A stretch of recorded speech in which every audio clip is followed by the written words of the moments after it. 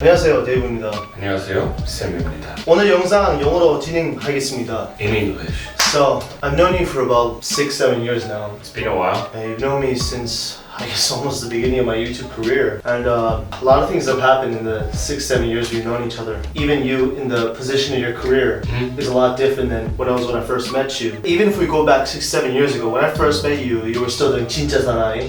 Yep. And this was way before the thought of even being a father was a thing for you. Yeah, I don't think I had my wedding at the time. I Yeah. can't remember, or I just got married. Yeah, so I mean it was kind of like early stages. Having kids hadn't even kind of gone into the equation yet. Being a father is a big part of your life. I mean it's huge. It's probably the biggest part of my life at the moment. My life revolves around my children and my family. So what we want to get into today is, not as a father, but Sam Hammington as a person, how your life has changed pre-being a father versus now being a father. When did the thought of becoming a father first cross your mind? When did you want to start? I mean, for me, I always wanted to have kids, even when I was younger. And I think I've started to realize it more so recently. I grew up in a single-parent household, and I was an only child. And, you know, my mum had to work a lot to raise me and put me through school and give me the best that she could provide for, which meant that she was out of the house a lot. And, you know, she'd be at work 5 days a week at least. And not having brothers and sisters, I kind of grew up and I spent a lot of my life, I'd say I was lonely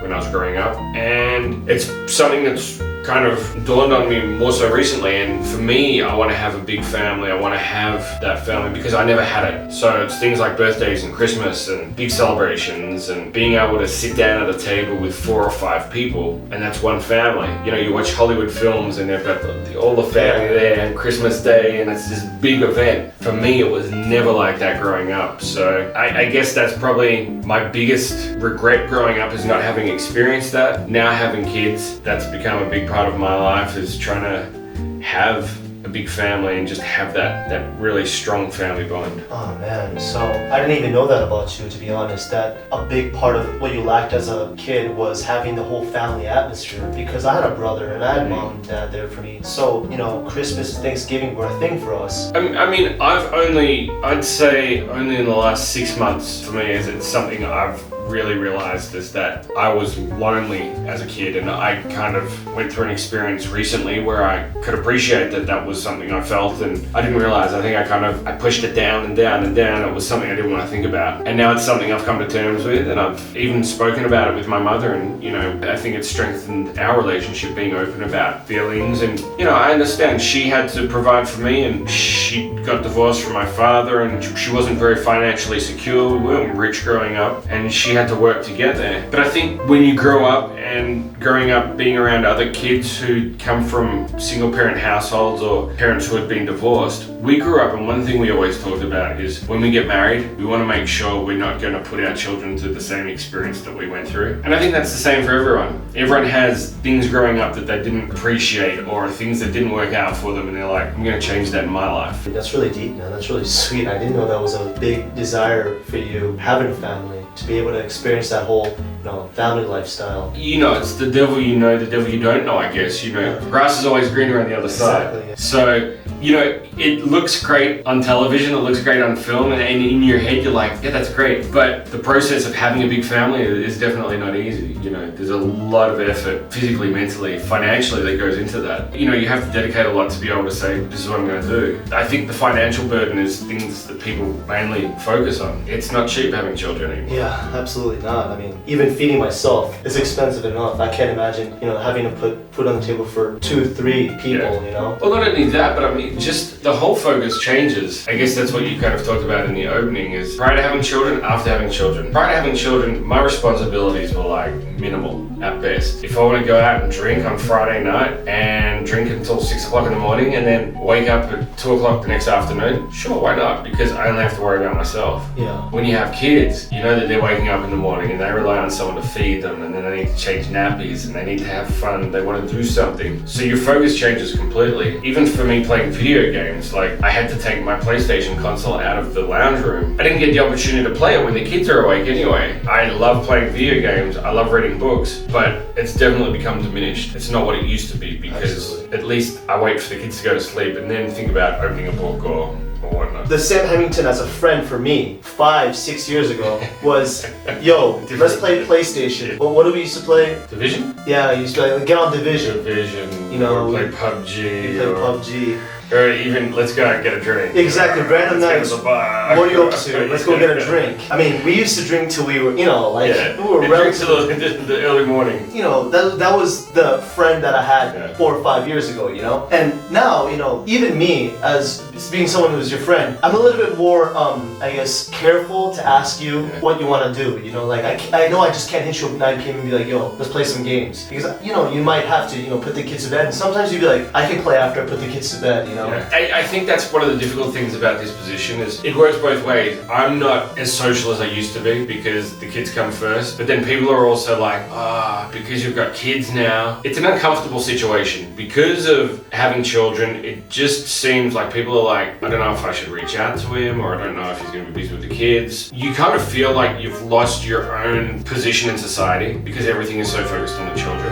I still want to go out and meet my friends, and obviously not as regularly as I used to, and if we go out drinking, it's not drinking like we used to. It'll be go out and have 2 or 3 beers or go out for dinner. It's just you're so focused on the children and people around you, like, well, we don't want to kind of interrupt, we don't want to get in the way, and it's like all of a sudden you look at your phone and it used to blow up, like people would send you messages all day, and now it's like you look at it when you get up in the morning, there's like no messages. You look at it before you go to sleep, there hasn't been a message all day, and you're like, well, yeah, great. You almost feel like a social pariah to some extent.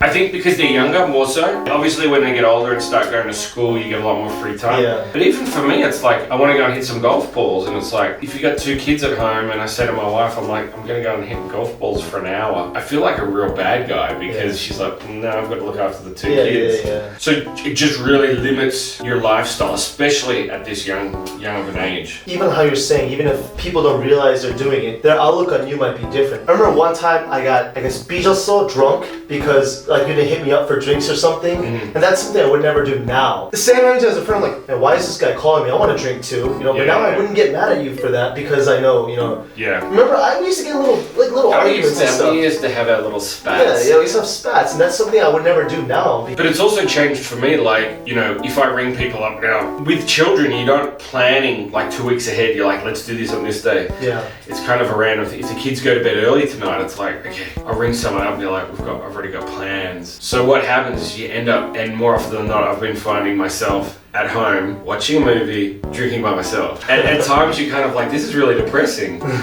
And you think maybe I should just put the bottle back in the cupboard and leave it alone. I've always been very social and I've always had a circle of friends, and there are times when I kind of miss that, but it's about having responsibilities. And I'm at a stage in my life where my focus and my responsibilities need to be focused on my children. My social life, if people want me back, I can pick it up later, a year or 2 down the track. Yeah. And the people that don't want me back are the people I probably don't want to be friends with anyway, because they don't understand. Do you ever get a little sad sometimes when you see your friends are out and stuff, but then you wake up and you see your kids, you're like, it doesn't matter. Like, absolutely. There's, you'll get on Instagram and you're looking at people and they're holidaying in Europe or they're holidaying somewhere, and it's a couple or it's a couple of guys on a backpacking trip, and you're like, damn, I wish I could be doing that right now. And you're like, I've got the kids. That like, it's almost like you're thinking ball and chain. You Insta stories and someone's out partying and you're like, man, I wish I was at that party. You go to bed and you're kind of like thinking about it. Then you wake up in the morning and you've got this little kid at the edge of the bed, like staring at you when you wake up, and it's like a big cheesy grin, like, good morning. And you're like, yeah,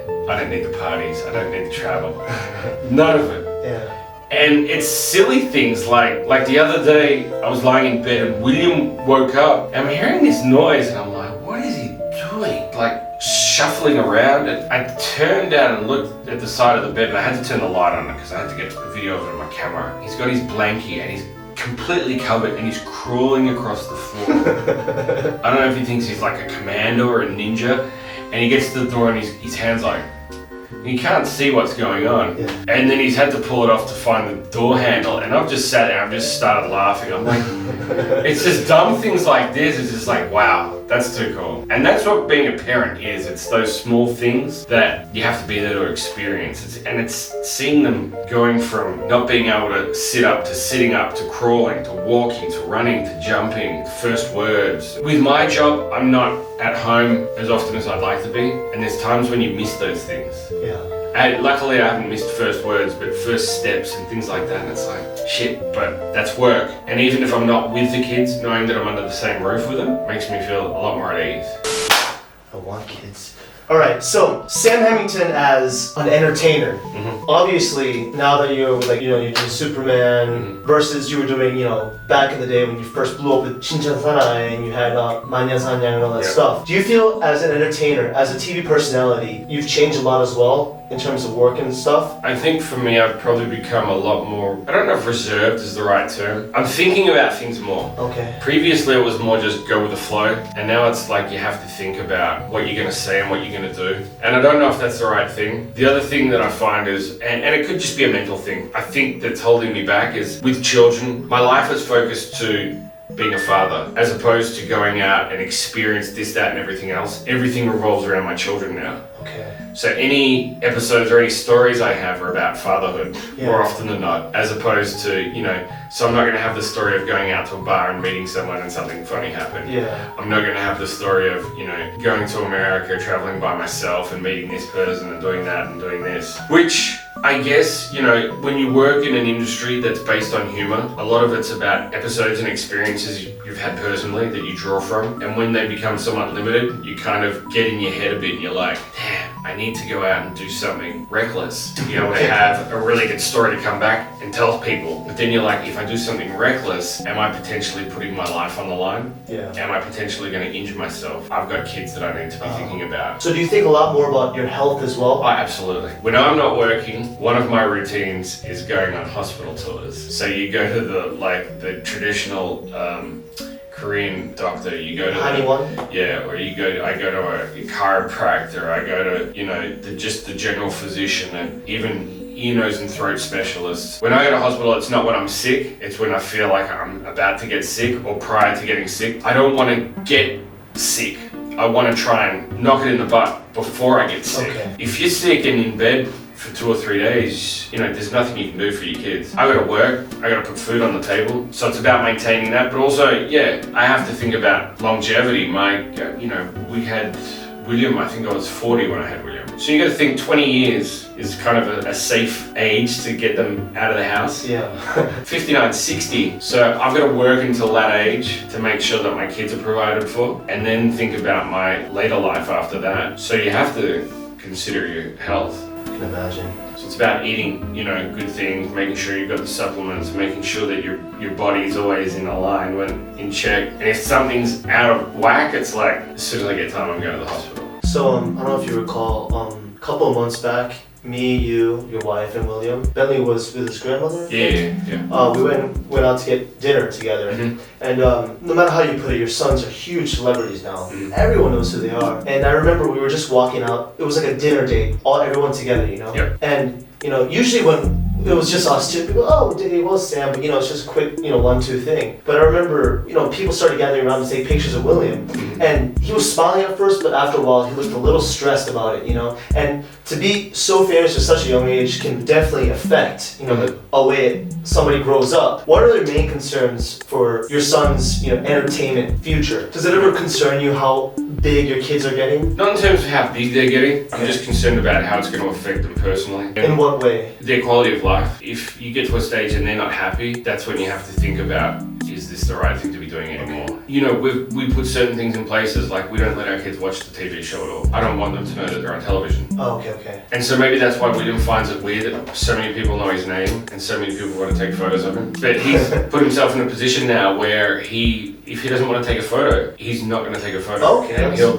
tell people, he's like, I don't want. And I'm trying to enforce it, but like sometimes he'll just be like, he'll put his fingers like this or wave his finger. And it's like, you don't have to take a photo. And a lot of people may think differently because he's on television, but he doesn't know that he's on television. He doesn't know that he's famous. He doesn't know what's going on. So for him, it's not so much about, giving back to fans. I mean, he has no concept of what's going on. As far as he's concerned, when the crew come over, it's just like his uncles and aunties coming to play with him. Oh, really? Like as soon as they walk in the door, he's running up to them, and they're also reacting like that. They're playing with him and making sure that he's comfortable. And so for us, that's the environment that we're trying to focus on, that it's about having fun, and we're having experiences that are becoming memories for us as well personally. So I mean, I guess there are people out there that are like, oh, you know, I watch you on TV all the time, I'm a big fan with him, and can we get a photo? He's like, no, and they're like, some people get disappointed by it, and I can understand that, but he's a 3-year-old boy. Yeah. He has no idea who these people are, why they're coming up to him, why do they know his name, and so that's why, you know, we've kind of said to him, you need to verbalize. If you don't want to take a photo, there's no requirement for you to take a photo. If you want to, go ahead, it's up to you. So, and we try and tell people now, if they ask if they can get a photo with them, we're like, well, ask William. It's up to him. I can't force him to take a photo, and I'm not going to do that, and I don't want to do that. He's at an age now where he can make decisions. He can't make every life decision, but he can make small decisions. Yeah. And if he's comfortable doing it, he's comfortable doing it. If he's not, he's not. It definitely is a childhood experience most children don't have too. Yeah, So it's not something you can just read up on, you know, it's not something you can get advice from other parents as well. Now, most people, you know, they've seen you as a parent on screen. Mm-hmm. They've seen William Bentley on screen, even, you know, your wife Yumina on screen and everything. Mm-hmm. So people have this idea of your family through a TV show, through social media, through pictures, Yep. because your life is so now, you know, publicized, you know? Are there some things off camera about William or Bentley or your family life experience, things that you enjoy, experiences you have that it's just kind of different from what people see on the screen? There's things that people don't see, you know? Oh yeah, it's kind of weird because people reach out to you and send messages, they send you DMs and they're like, you know, you should be doing this, you should be doing that, you shouldn't be doing this, you shouldn't be doing that. Yeah, I've seen comments on that, you know? Yeah, and sometimes I reply to people and say, look, you're seeing a small percentage of our life through television. You're seeing less than 5%, closer to maybe like 2 or 3% of our regular life. So what you're seeing is not how we're always living, they're experiences of our life. So, you know, for me it's just small things, like even if it's just going to the swimming pool and just mucking around in the pool, or William getting a new toy and watching him just go crazy over it for 24 hours. And that's all he talks about. I guess what you see on the show is generally they're more bigger events, but for me it's just the small things. And even if it's just sitting down and talking over dinner, or it's before they go to sleep and having a chat with William, for me I just like seeing him interact with people, whether it's family back home. I spend a lot of time FaceTiming friends and family, and he gets in there and sends messages to people. Like he's learned how to do the like on Kakao you can send a voice message. So he's learned how to do that. So sometimes if I'm watching TV and like Yumi's putting him to bed, we'll send messages backwards and forwards on the phone. Oh, that must be a lot of fun for him. Yeah. It's like a walkie-talkie. Yeah, exactly. Yeah. So it's small things like that. Oh, that's cute. Yeah. That's adorable. What about language? I'm curious. That's something I'm really curious about. So William and Bentley, they have, you know, native English speaker father. Yep. Their mother's native Korean. You know, especially William. Does he know the difference between the two languages, or does he kind of see them both as one language? How is growing up in a bilingual household? I mean, and this is another thing. People send me messages all the time. They're like, you need to teach your children English. And it kind of comes back to, okay, let's think about the situation. People are watching it around the world, and they're watching it from their perspective, whether it's in an English-speaking country or not. But we're based in Korea, and the TV show was initially made for a Korean audience. Yeah. So we're not going to film the whole show in English. Yeah, absolutely. It's going to be in Korean because the initial audience is for Koreans, obviously. So more often than not, when we're filming, I'm speaking to them in Korean. But more often than not, when we're not filming, I'm speaking in English. We've kind of decided that Yumi is going to concentrate on the Korean, and I'll definitely speak Korean with them at times, but I'm going to spend as much time speaking to them in English. And a lot of the media that they're surrounded by, whether it's music, cartoons or whatnot, even books, a lot of that is just completely English. That's cool. So William, he understands English. His verbalization is slowly getting better. And it's difficult. Like, it takes time for a brain to process two languages and kind of differentiate between them, and they get confused, and he'll say something in Korean and he'll throw some English words in there, or vice versa. Absolutely, yeah. And from what I've researched on bilingual children is it does take them longer to kind of verbalize and understand the languages as opposed to someone who's learning one language, which makes sense. Yeah, yeah. But I think think, you know, in the next 12 months, you'll see that his English ability will just skyrocket. Yeah. So start gathering. Yeah, I know. Because my grandparents, none of them could speak English. They all spoke Spanish. So as a kid, I was with my grandparents, my mother's side of the family. I was always speaking Spanish. On my father's side of the family, I was speaking English because my dad wanted me to grow up speaking English because we were living in the States, even though they both spoke Spanish. And unfortunately, I lost it. Yeah, it's learning a language. You have to use it all the time. If you stop using it, you start losing it. Yeah. and that's what it is. It's about being environmental. You know, and I think that would be the same if we were to move to another country, an English-speaking country. We'd be trying to surround them with more Korean just to maintain that level. And I think for me that's something that's been really important. You're talking about children that have come from two cultures, two different languages, and something I always said, putting myself in a relationship like this, is that our children need to be able to understand both cultures. They need to be able to understand and speak both languages. And if we don't allow them to do that, or we don't help them do that, we're doing a disservice to them. Yeah. Because they'll never be able to understand where they're from or where their parents are from, or be able to communicate. And that's not fair. I think you need to be able to understand both sides. That's a parent's job. It doesn't matter where you live in the world, you need to be able to instill that in your children, and you need to be able to help them to work on that and develop that. I don't expect them to have a complete understanding of the whole Korean history and this whole history of Australia and be able to spew that all out, but they need to be able to understand where both their parents have come from, and understand the cultures and the cultural differences and the languages of both, and be able to mix those and find out and use which one's appropriate in which situation. Because there's going to be times where they'll be here in Korea, but then there's be times when they're in Australia and they need to change to fit that culture and that language. And if we don't instill that in them as parents, we've failed. For me, that's a major failure in a multicultural family. Yeah. That's some deep shit, man. Well, you know, it's interesting because you see, I've seen so many other kids from around the world, and even if it's like Korean American kids who come to Korea and they don't speak any Korean, even though their parents are Korean, but they grew up in the States and they only spoke English. You look at the world as a whole right now, and you're starting to see, in a country like Australia, for example, that's, you know, has a lot of immigrants, what you're starting to see is that a lot of houses are two-language households. So children are being born into two-language households. So if you're saying to a child, I only want you to speak this language and ignore this language, it's like cutting off your nose to spite your face. You're taking them one step backwards. We should be encouraging them to be bilingual or trilingual. You're going to get confused with two languages. I think children at such a young age have such a brain that's like a sponge and can take it all in. And if you're saying, don't do this but do that, instead of saying, do this and do that. You're limiting them. Yeah, don't limit them. Just let them expand and let them do what they feel works for them. People talk to me about it all the time. They're like, I don't know which language to speak to them, and it's like you've just got to give them as many opportunities as possible and they'll work it out. We're usually just talking about sports, or it's really interesting because I know you as a different person than I know you. I've seen your kids, and I've never taken a picture of your kids because you're my friend. Oh yeah. It's I know what you mean. You're like my friend. You're not like, you know, the dad. We're playing games or something, or like just chilling, you know. So it's some things I never heard, you know. Yeah. You know, some people see me as a YouTuber, some people you see me as Dave. You know? Yeah. So it's really interesting actually for me. I guess we'll just one more question or something. We've done a lot. This video is gonna be like 30 minutes because I can't take any of this out.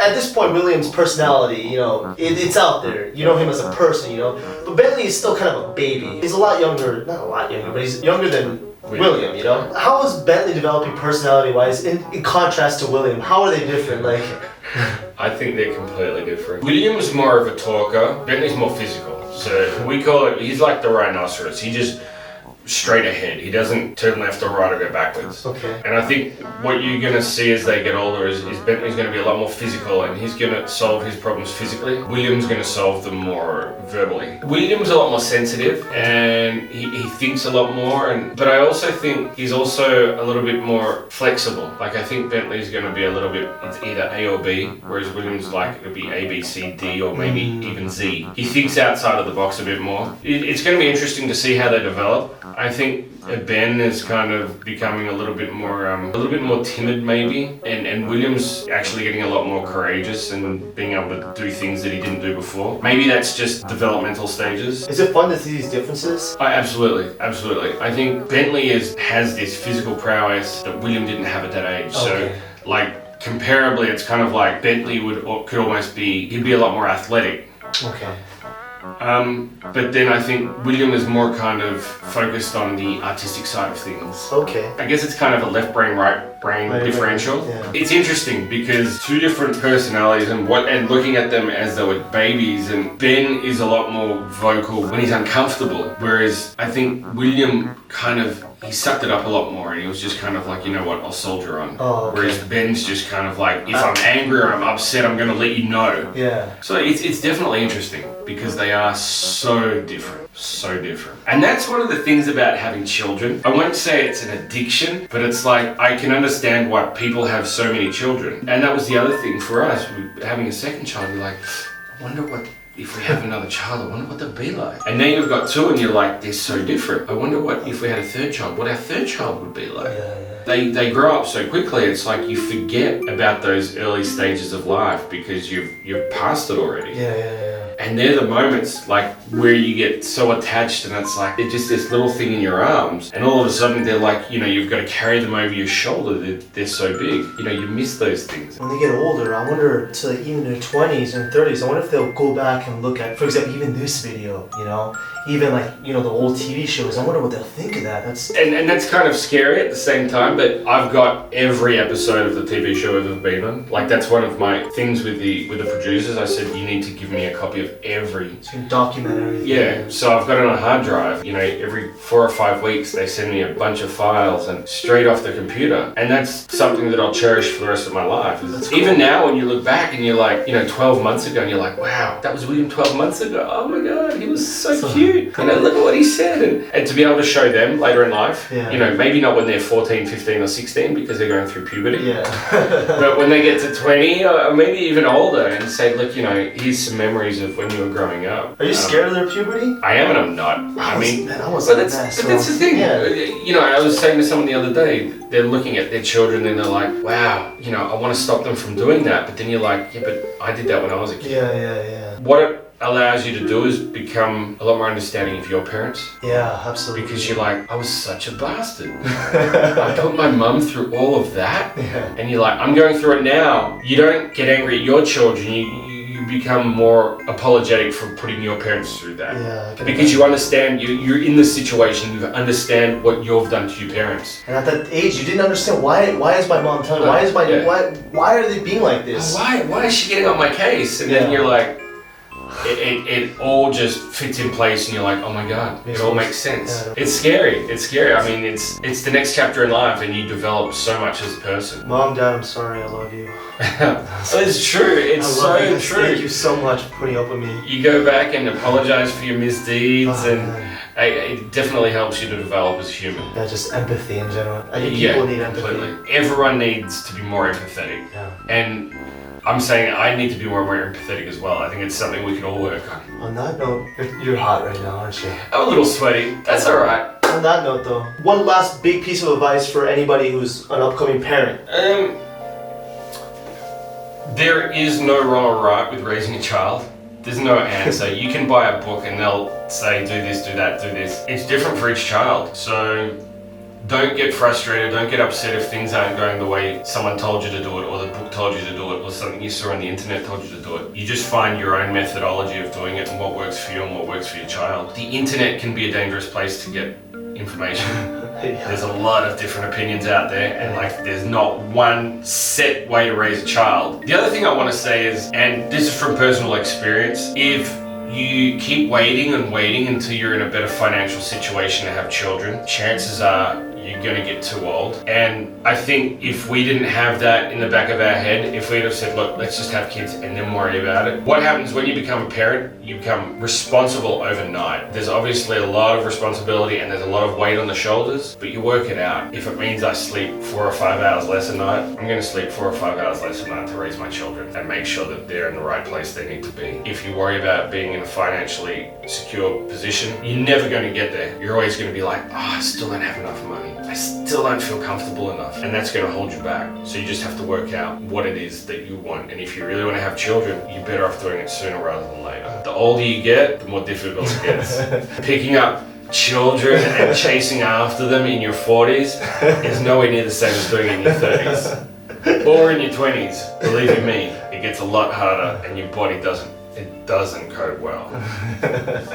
Alright, man. That was awesome. Thank you so much for putting some time aside to talk to us. Always a pleasure. Alright, guys. I hope you enjoyed this interview. Well, it was more than an interview. It was just us talking. But I hope you guys enjoyed it. 오늘도 데이브 Sam! 였습니다. 감사합니다. Thank you so much, man. Appreciate it. No worries, It was awesome. man. No worries. All good. All good. Let's get some air cut. Yeah.